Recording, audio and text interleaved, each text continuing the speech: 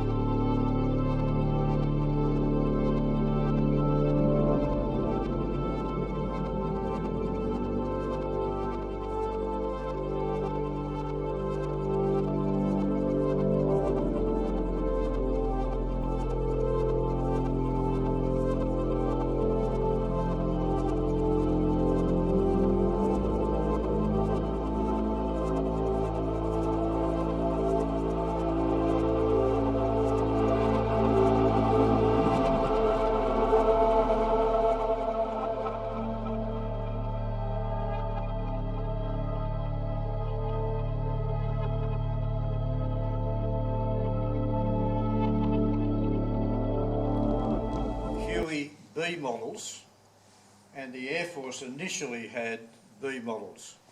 The two blue and white ones are B models, and these were part of the Navy Heritage flight when we finally, after about 15 years of negotiating, managed to get these aircraft. We got 11, of which 2 were Bell Huey Bs.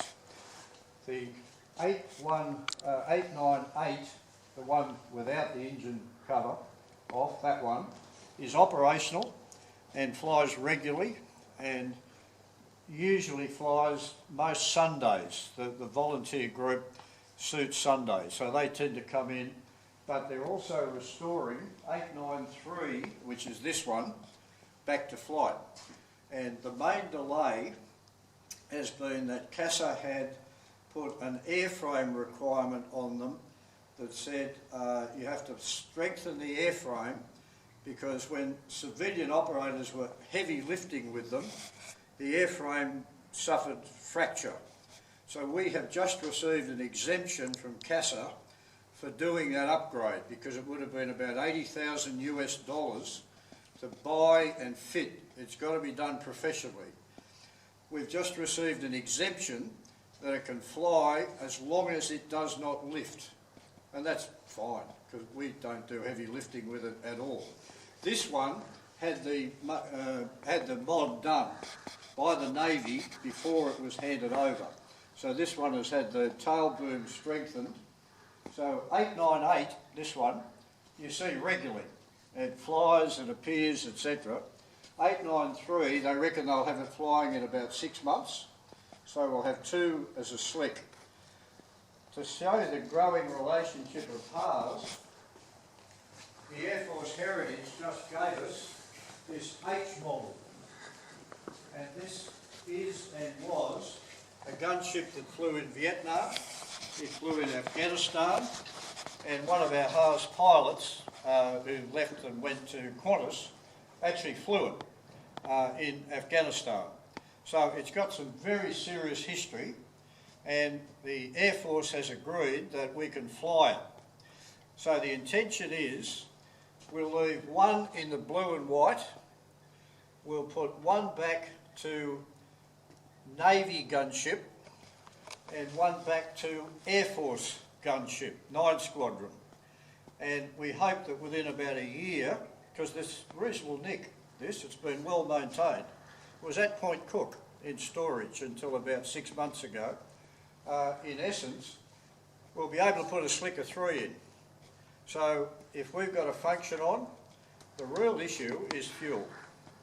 And because Chris is extremely generous with ABTUR, he just says, if I'm paying to get rid of ABTUR every month, I'm happy to give it to you, because you might as well use it as me paying to have it disposed of. So he forecasts on the basis of weather.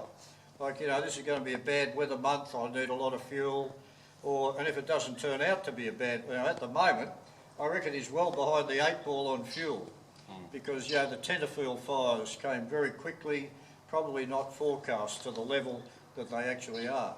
So look, if you would like to have a look around, the value of 893 is, you can see the layout of the turbine as to how it operates.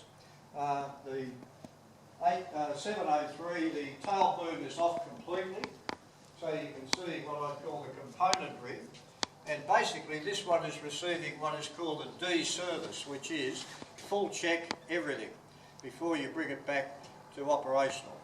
898 just requires weekly service, and 893 is now being restored on the basis that it doesn't have to have the spar done, because CASA has given the exemption. So these will be pretty rare, 3 genuine historic.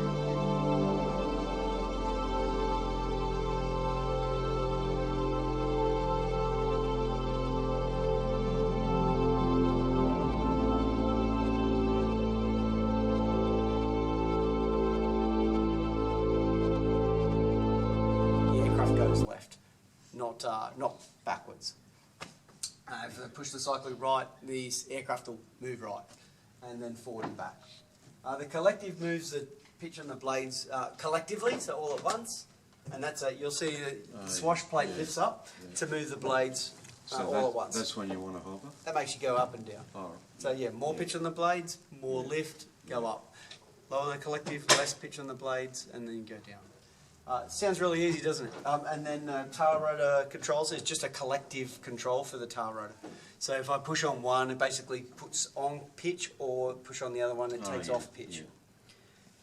So what happens is there's coordination needed between these, because there's secondary effects of controls. So what happens is, if I raise the collective, I actually have to have increased power or torque to actually